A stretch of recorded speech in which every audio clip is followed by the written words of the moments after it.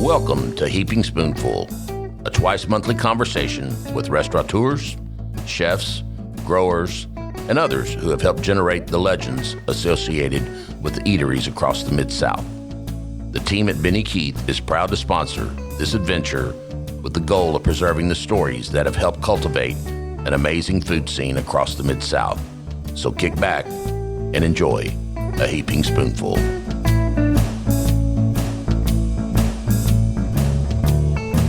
Hello, everybody, and welcome to another episode of Heaping Spoonful. Our goal with this podcast is to share the stories of the Mid-South's top chefs and restaurateurs with our listeners. I'm Kelly Bass, and I'm proud to be your host. Covering the restaurant scene is something I've done more on than off, actually, for, more than 30 years now. Most of that was doing restaurant reviews for Little Rock, Arkansas newspapers and magazines. And, the earliest days, it was long before the internet was a thing, and anybody who got on Yelp or TripAdvisor could tell you how they see and taste things. And now, thanks to the folks at Benny Keith Foods, Mid-South Division, I am a podcaster. Today, I'm very happy to welcome David Todd, better known as DT. He's the chef at Longshot restaurant at the Arrive Memphis Hotel, perhaps the coolest boutique property in that famed hospitality city on the Mississippi River. So welcome to Heaping Spoonful, DT. Hello, nice to be here. I'm excited about this. Good, thanks. Well, I'll tell you, you're a Memphis guy through and through, and you've been a force on the local dining scene for, over 20 years now. That's right? That is right.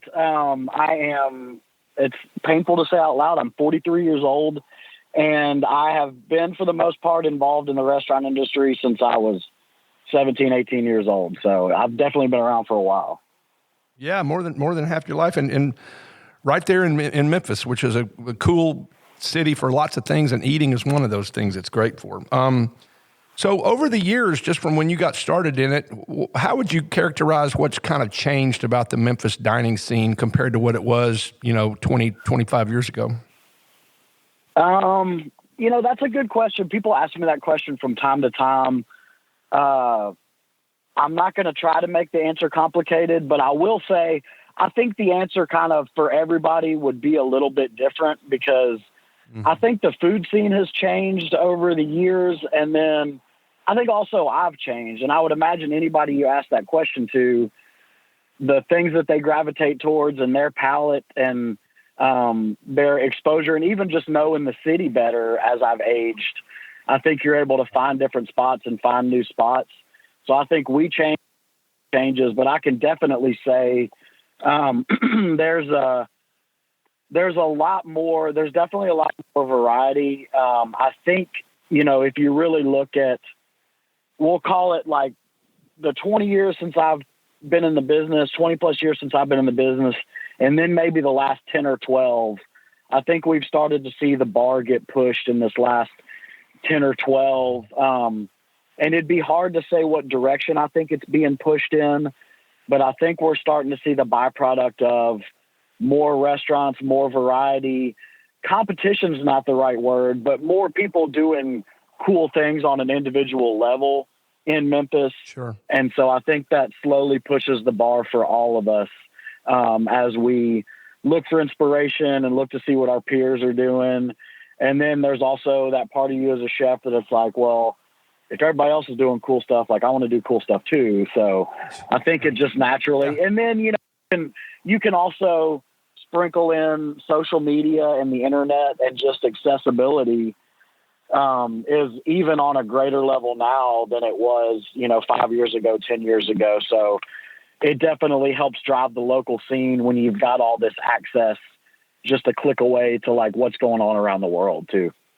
Right. Agreed. And, I told you I went to college in Memphis long ago. And of course, Memphis is still somewhat a lot about barbecue, but boy, there's so much more going on. Yeah. And I've enjoyed eating along Main Street and all the way down into South Main. And of course, from Gus's Fried Chicken to, Light to Felicia Suzanne to, and I got to come check you out. So your latest venture is that you are the chef at Longshot, which is in that cool hotel. And you told me when we were talking before we started recording that, like everybody else, you guys had to shut it down for COVID, and that since you've come back, you've made some changes in the menu and maybe the approach a little bit. We're going to go over a few of those things in a second, but can you kind of characterize was it an overall theme change, or did you just start picking out some new stuff you wanted to do?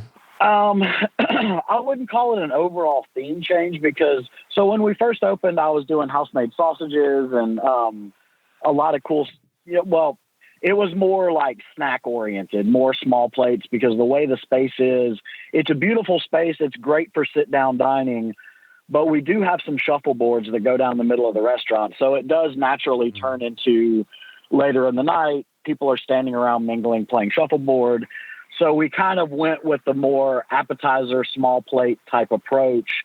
And it was really cool, but we chose sausages. So the overall inspiration hasn't changed in the fact that it's always been kind of world cuisine inspired. Before, we chose to do for lack of a better term, a selection of sausages that were all world cuisine inspired.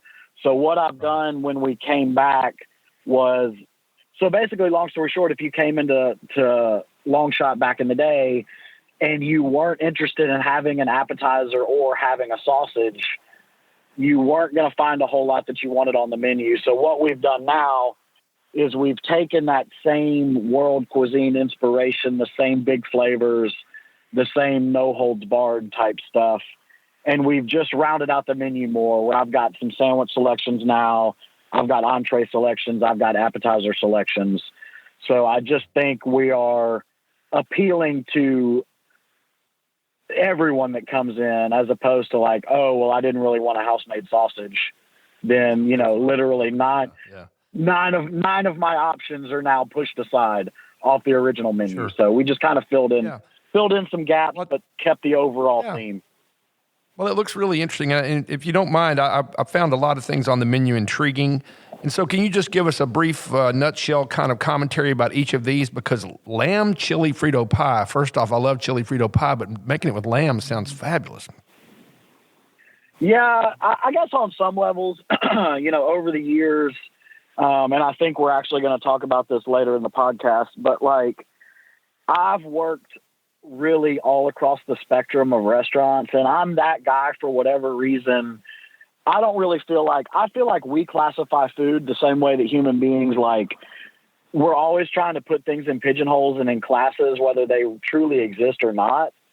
And I feel like there's always been this need. And this is another thing I've seen change over the course of my career. Like the separation, like early when I was younger, there was a distinct separation between fine dining, casual dining, bar food, all this stuff, fast casual, whatever you want to call it. And I think a lot of those lines have blurred.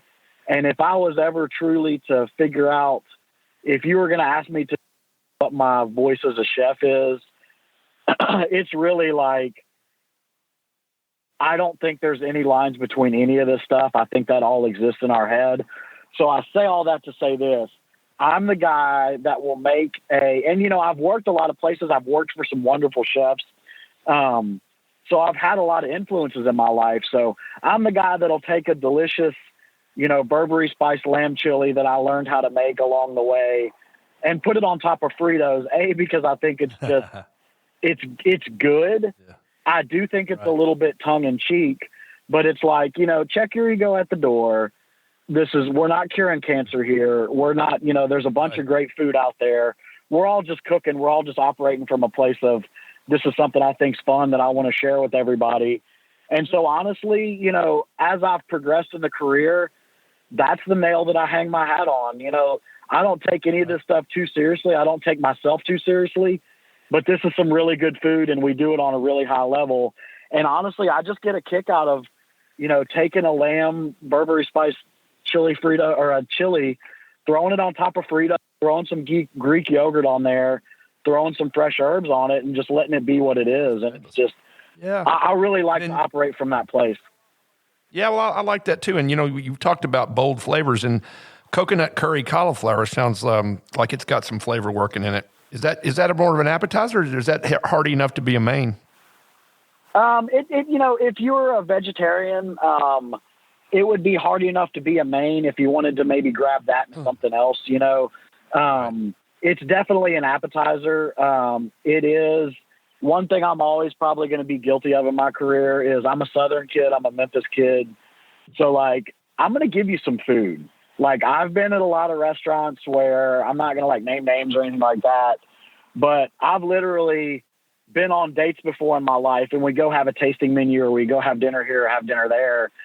And on the way back from dinner, I'm like, do you want to stop and get some food? Because I just felt like all those plates were really small. So it's definitely an appetizer, but it's definitely an appetizer that's plated by a Southern kid. There's going to be a pretty decent amount of cauliflower on that plate. Sounds good. Tell me about shrimp lumpia. So lumpia is actually something that is, I'll call it relatively new to me. I've definitely had lumpia, and it's basically a Filipino-inspired fried roll is what lumpia is. I had never made lumpia until the last couple of years. And so in the original, and this is another thing that we tried to break up a little bit, I was really pork heavy with doing all the house-made sausages and things like that in the initial opening of Longshot. And I was making a pork lumpia when we first opened. So I kind of backed away from that and did a shrimp filling for it and the shrimp lumpia. And it's great for summertime. It's delicious. It's crispy. It's got some, delicious shrimp on the inside. So that's definitely a cool little dish. Yeah. House-made ricotta cavatelli. So you're making your ricotta, which is got to take a little bit of labor-intensive effort. Okay, so just to clarify, I'm not making the ricotta. We are making we're making the pasta in-house though. So gotcha. Yeah, we're making the pasta dough in-house. So it's basically flour, egg, ricotta cheese, and Parmesan cheese, and a little bit of oil. Just a nice classic pasta dough. And then we're shaping and forming it into the cavatelli in-house. So I cannot claim to make the ricotta. Yeah. Okay, I just misread it, but I see now. It's still, I've got my mouth watering for that too. So, and KFC in your case is a Korean fried chicken sandwich. So again, I'm seeing bold flavors coming with the Korean side of that. Yeah, and again, like part of that is kind of the story of my life. So I'll make this the condensed version. The director of the hotel, the director of the Arrive Hotel, when we first were like deciding whether we were going to close down or what we were going to do, we were doing to-go food. I think a lot of people had those few weeks where they're trying to figure out what they were going to do.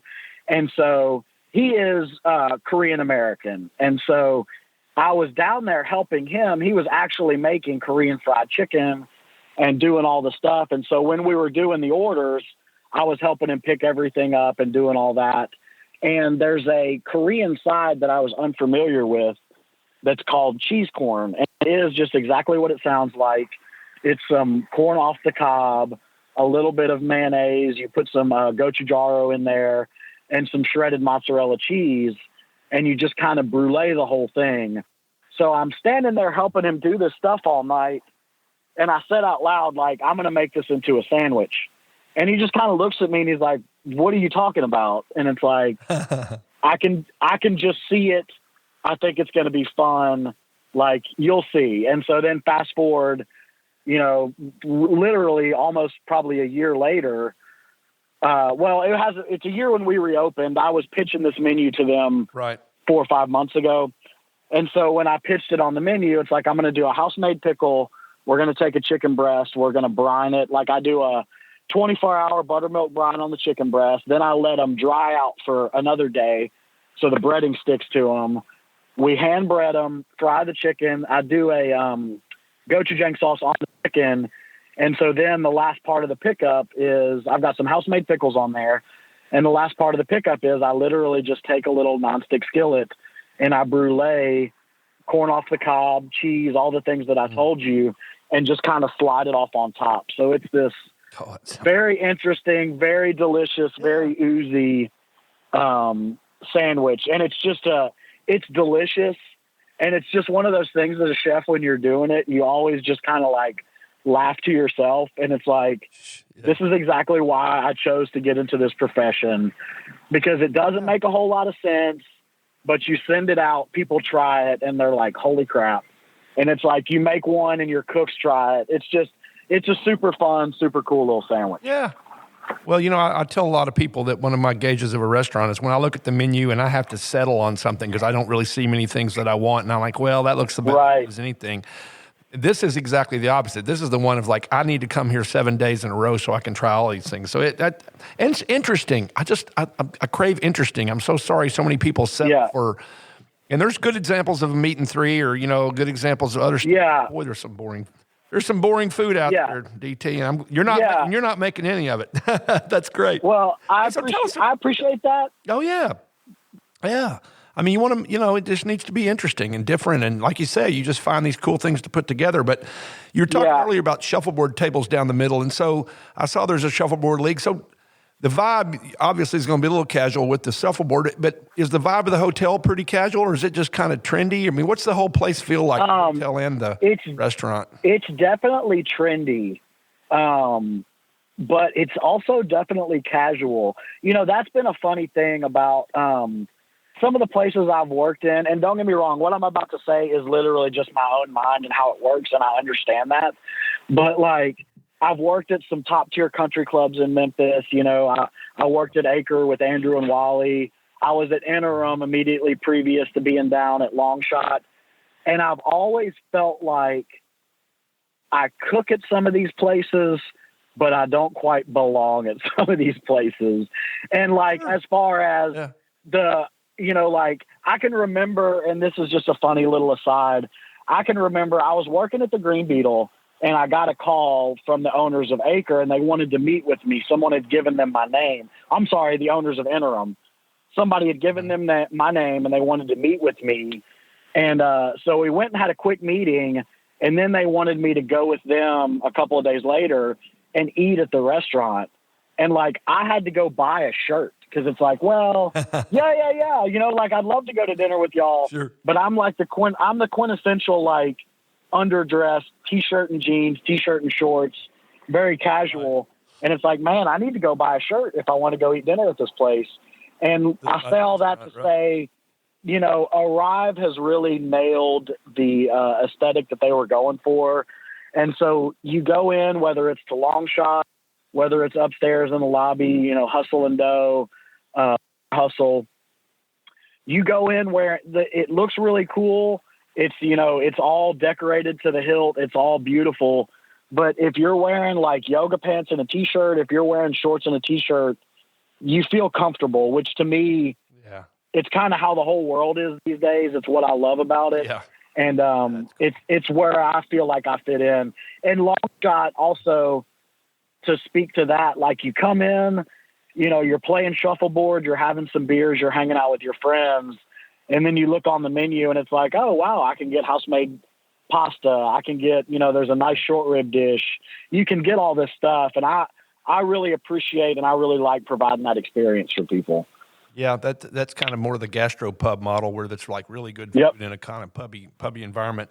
So one thing, for guys like me who are going to interview folks for a podcast or anything else, you can find a lot of stuff on the internet. And I saw a mention of the fact that you started cooking at age 8, obviously with your mother at your house, mother and or father. Yeah. So tell us about that. So you just said, hey, Mom, or hey, Dad, I want to cook this stuff. And it's like, go for it. Yeah. I'm definitely, I'm the youngest of 4. And, at this stage of the game, I'm 43. So do the math. My parents are old school, and so my mom, I know everybody makes a meme out of it nowadays and it's all funny, but my mom was literally we got food at home. That was my mom. And so if you wanted McDonald's or wanted whatever, she's like, nah, we got food at home. We got food at home. And don't get me wrong, I was not deprived in any way, shape or form, but we had a lot of times where I can remember. One of my earliest memories, and probably the memory that you're referencing, is I was probably 8, 9, 10 years old, and she let me make sweet and sour at the house. And it was the classic case of my mom got Southern Living magazine, so she had all those Southern Living cookbooks. She just had all these cookbooks. And then she also had this index that she had made of note cards. The name's escaping me, but you could open this big box, and she had all these recipes that were on note cards as well, that were like index cards. Index cards, that are like handwritten. So she had a pretty, for just like a regular mom, regular childhood, as best I can tell, she had a wealth of information and a wealth of recipes. And she was also, she had an antique booth. She would like refurbish and sell antiques. So when she was buying stuff, she would buy old cookbooks. She would buy, so I even had access to some random neighborhood association somewhere or some random church somewhere put together a cookbook, and we would have it. I can remember seeing these random cookbooks from like other states, a PTA association or whatever. And it's like, why do you have this? But also like, I'm so glad you have it because I'm going to look through it. And so anyway, I can just remember she would just let me make stuff. It was probably because it kept me entertained on some levels. I was the youngest kid too. Yeah, and my sisters were off doing piano lessons and stuff, and if I wanted some scrambled eggs, maybe I just need to make them myself.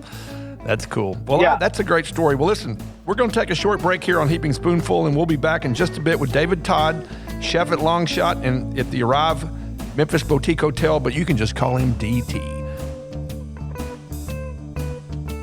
I hope you're enjoying this episode of Heaping Spoonful. We at Benny Keith Foods enjoy talking about the food scene almost as much as we enjoy providing the top quality ingredients that help restaurateurs and chefs across the Mid-South create their magic. Now let's dive even deeper into the culinary world with your host, Kelly Bass. All right, everybody, welcome back to Heaping Spoonful. Our guest today is David Todd, a.k.a. DT of the Longshot and the Arrive Memphis Hotel. So, DT, when you started in the restaurant business, I saw again that you were a front of house guy. So you're out there either waiting tables or maitre d' or doing whatever.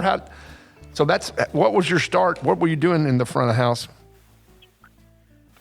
So my first ever job was, if you remember, not being from Memphis, I don't know if you would remember, but there was a place called The Cooker. That was it was like a American fast casual type restaurant.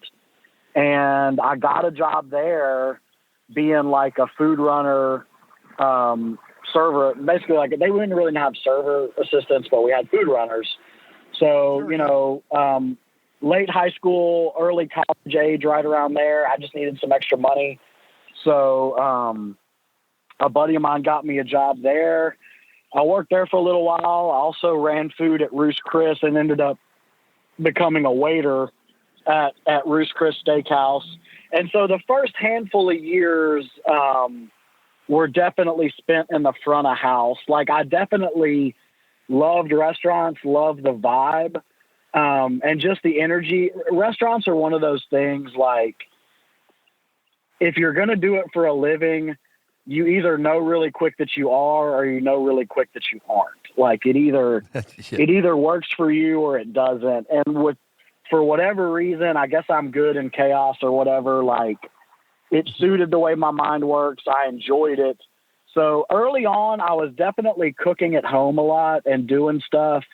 If I'm being totally honest with you, I was probably slightly intimidated by a busy restaurant kitchen. Like, I can just remember having those snapshots. I was also in a little different state of mind back then, but having those snapshots of being the food runner at Roost Chris and watching how that kitchen worked, and just knowing, like, all right, these dudes are no joke. Like, this is not, like, what I'm doing feels like a part-time job, feels like, and again, a lot of it was my mindset.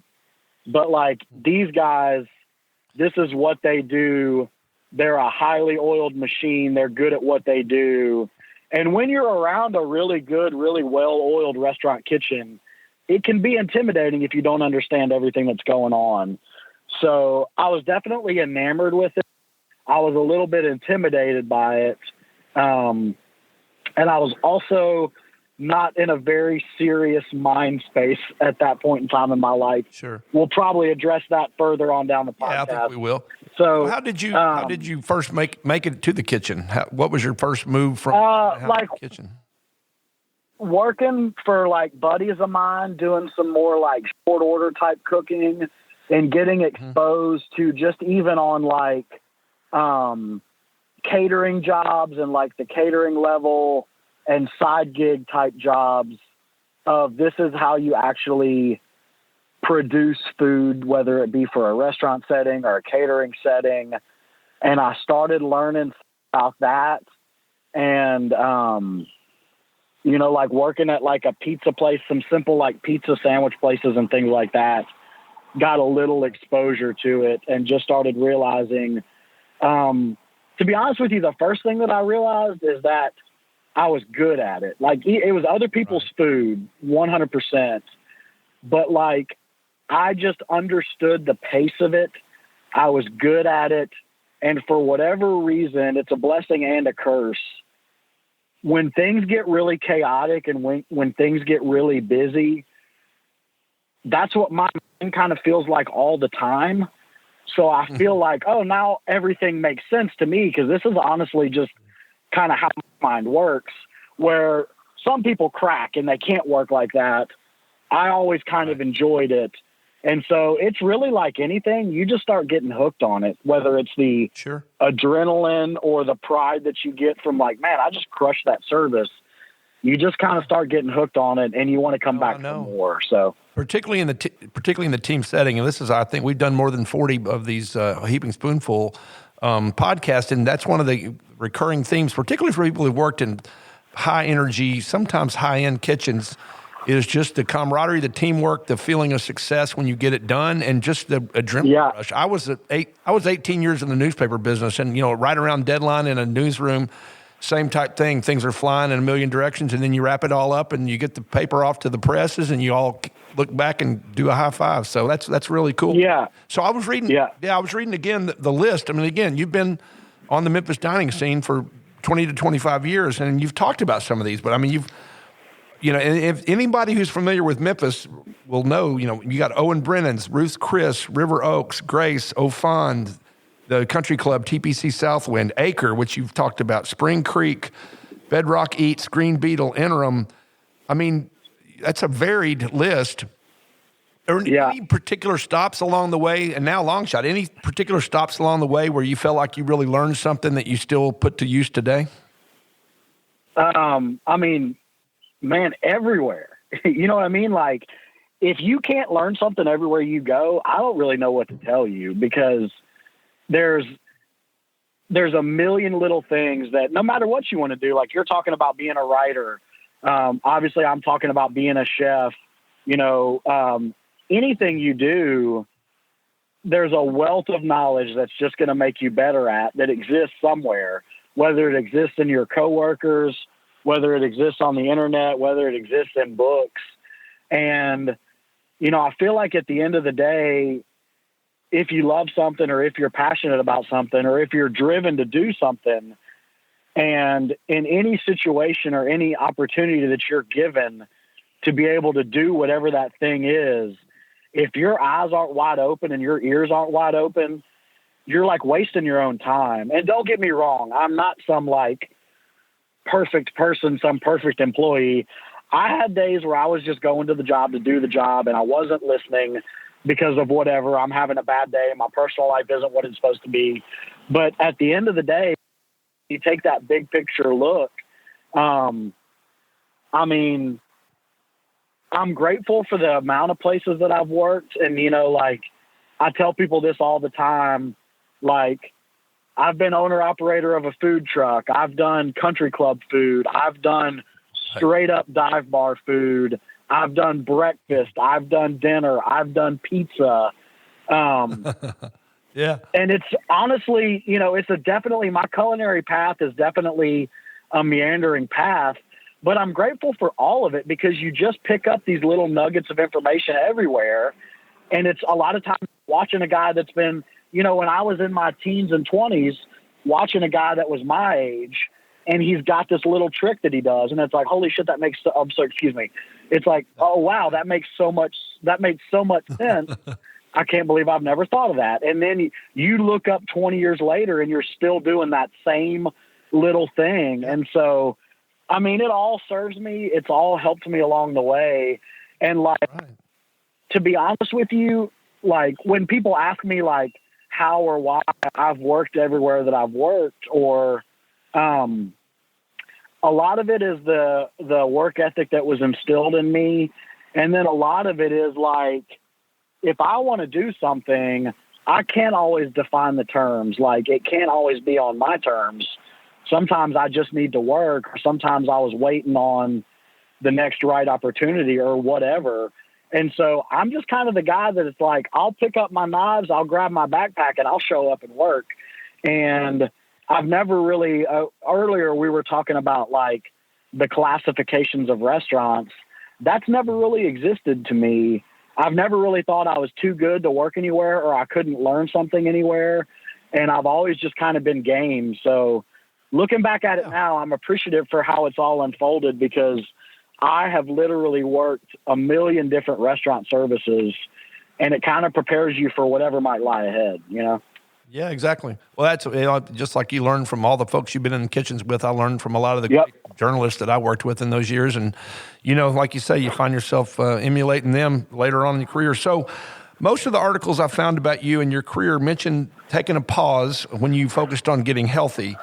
Is that something you're comfortable talking about? Just a point in your life you needed to stop and reassess? Yeah. No, not only am I'm very comfortable talking about it. And then also, like, I think you can kind of see with me, like, I've been freely given a lot of things in my life, whether it be information or training or people helping me get healthy. And I feel like part of the human experience is if you've been given something, you better give it to somebody else, right? So whether it's teaching a cook how to cook or teaching anybody. So long story short, when I was 29 years old, and I referenced it loosely earlier in some of my answers, I had a drug and alcohol problem in my 20s. I was definitely no ifs, ands, or buts about it. I was a drug addict. I was an alcoholic. So at age 29, I went to treatment. So I took a couple of year break from my beloved city of Memphis. I went to a neighboring state for treatment. And B, I took a break from cooking and being in the restaurant business for a couple years. So I actually went to treatment and then became an employee of the treatment center I was working at. I was the cook at the children's center for a while. And then I became like the weekend supervisor at the adult center. It was all a great experience. To this day, I remain abstinent from drugs and alcohol, and I kind of work a program of recovery. And so a few different things for me personally happened during that period of time in my life. I took a long, hard look at myself. I took a long, hard look at why I do some of the things that I do, and it can be negative or positive. And so I was definitely working on my mental health, my physical health, and my relationship with myself and the world around me at that period of time in my life. But it also fed a lot into who do I really want to be and what do I really want to do with my life. And being a chef is not who I am, but it was definitely something that kept popping back up, that it was something that I wanted to do. And it's definitely a big part of who I am. So all around that period of time in my life, I was getting a lot of things in order, but that's also when I kind of made that decision that like, I want to move back to Memphis. I want to really dedicate and fully focus my energy / mania / whatever you want to call it at trying to be a chef. I want to go back up to Memphis, get back in the game and like really put myself into it and just see how far I can take it. And so that was late 20s was kind of a culmination of a lot of things for me. And fast forward a couple of years later, I'm back up in Memphis, still have a lot of things to figure out, that I'm continuing to figure out, but I full force threw my hat back in the ring with cooking. And that's actually when I moved back up here to work at Grayson Alfond. And so that was the first place I worked at when I came back. Definitely, I'm not going to get into that specific experience too much.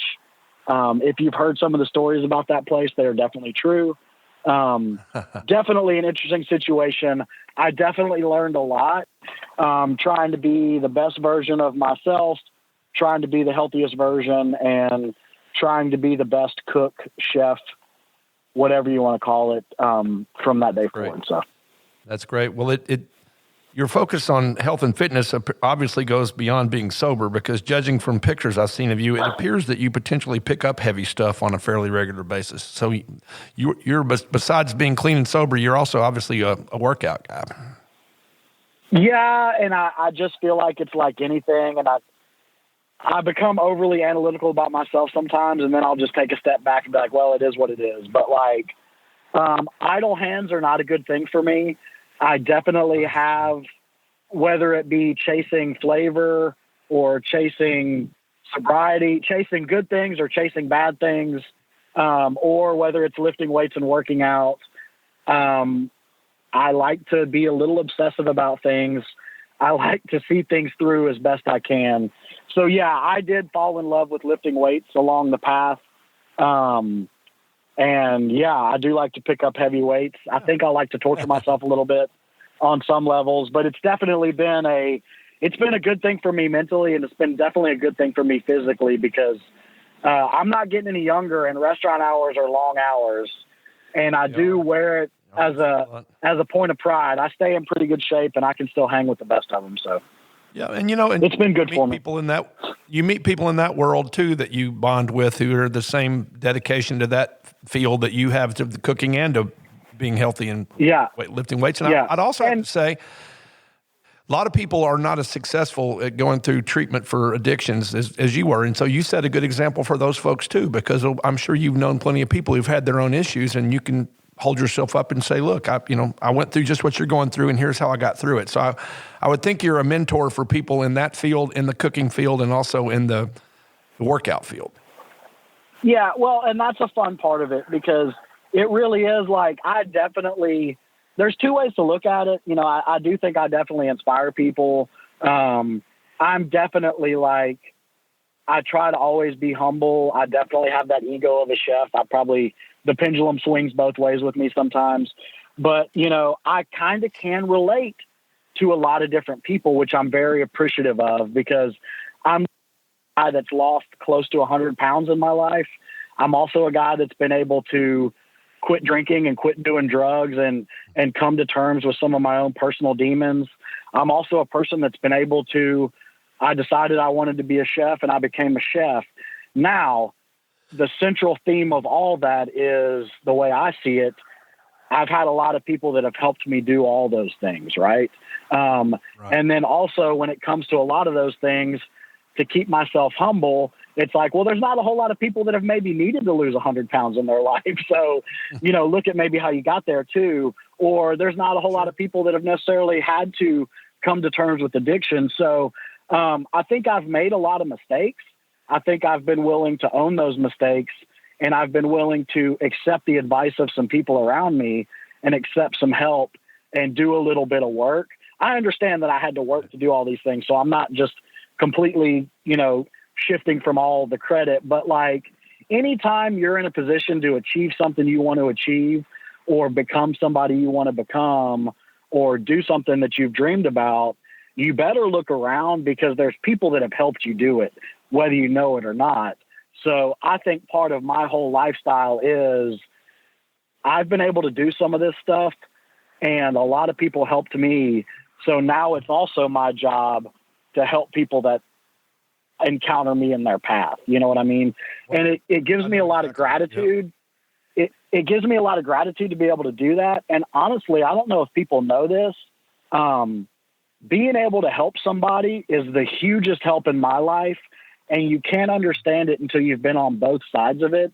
But like, there's been so many times where people have asked me for help, whether it be a cook or somebody with substance abuse or anything, anybody around me, and we leave that interaction and they just helped me way more than I helped them.